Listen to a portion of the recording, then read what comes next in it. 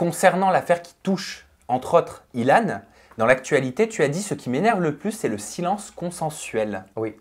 Et tu poursuis en disant, je sais que la production sait, j'ai entendu des choses et tout le monde se tait. Oui.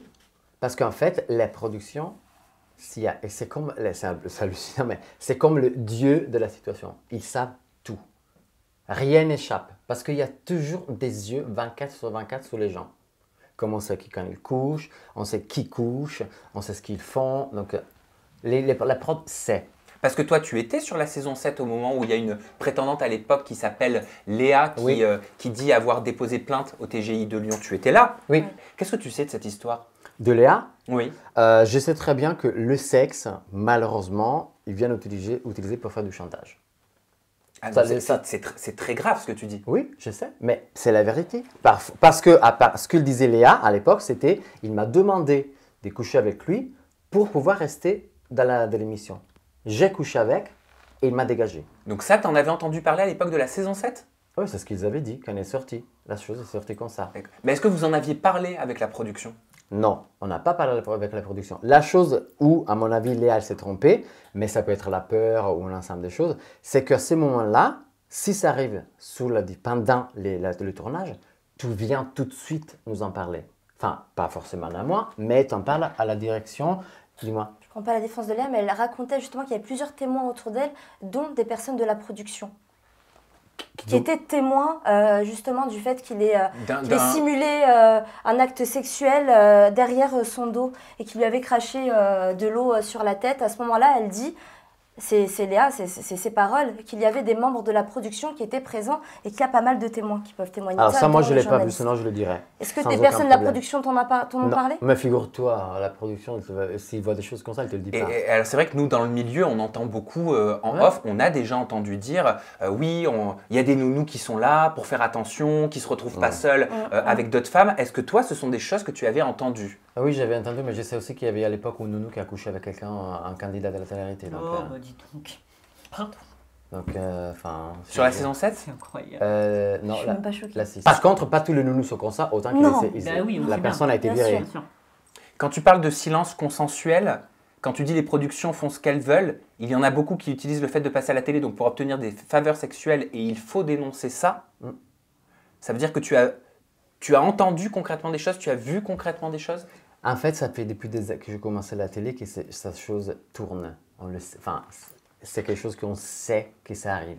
On ne sait pas forcément tout le temps qui avec qui, mais on sait que ça existe. On parlait du prétendant Kevin pour faire le parallèle qui sur la saison 7, au moment où il y avait eu ce même problème avec la prétendante Léa et Ilan avait lui été coupé au montage parce qu'apparemment il aurait été violent envers Ilona, je l'avais reçu en interview. Il me parle de cette coupe au montage, regardez.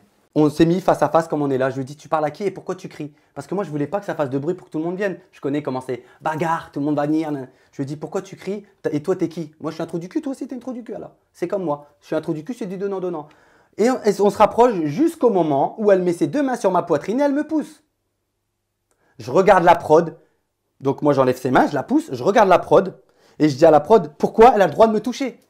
Moi, je ne la touche pas. Elle m'insulte, j'insulte. Mais moi, je ne touche pas. Alors, à quel moment tu apprends que tu es coupé au montage? 2 jours avant. Donc, en fait, le jeudi soir, tout le monde m'envoie des messages en me disant « Kevin, ça y est, t'es dans tous les génériques. On n'arrête pas de te voir, ta tête, costard, tout. » Vendredi, pareil, message, tout le week-end, message. Donc, le directeur de la production m'appelle le lundi soir et me dit « Bonjour Kevin, tu vas bien ?» Je lui dis « Oui, ça va très bien et vous ?» Il me dit « Oui, c'est juste pour te préciser que normalement, tu ne passeras pas à la télé. » Donc dans Les Princes de l'Amour 7. Je lui dis, mais c'est pas possible, monsieur. Il me dit, ben pourquoi? Je lui dis, mais je suis dans tous les génériques depuis jeudi. Il me dit, on voit ta tête? Pourquoi? Pourquoi tu me poses cette question? Ça me fait rire parce que j'étais mort de rire au téléphone. Et je lui dis, il me dit, on voit ta tête? Et je dis, on voit mon corps, on voit mon costard, on voit ma tête, on voit mes dents, on voit tout. On voit la totalité du truc, tu vois. Et là, il me dit, bah écoute, je vais me renseigner. Plus de son, plus d'image, Sam. Donc Kevin nous explique avoir été mis de côté de la diffusion, coupé au montage pour une histoire de main d'Ilona sur lui et de violence supposée. Okay. Quand on regarde de plus près cette histoire d'agression sexuelle avec des présumées victimes, un présumé coupable, on se dit que le sujet est beaucoup plus sérieux, beaucoup plus grave. Pourquoi W9 et la production, selon toi, Hermano, ont pris la décision délibérée de le laisser au montage Ilan? Très simple. Tout se résout dans un mot. Audimat. Point. C'est tout. Mais Audimat, ils n'en font pas. Ben justement, mais ils s'attendaient de le faire. C'est très simple.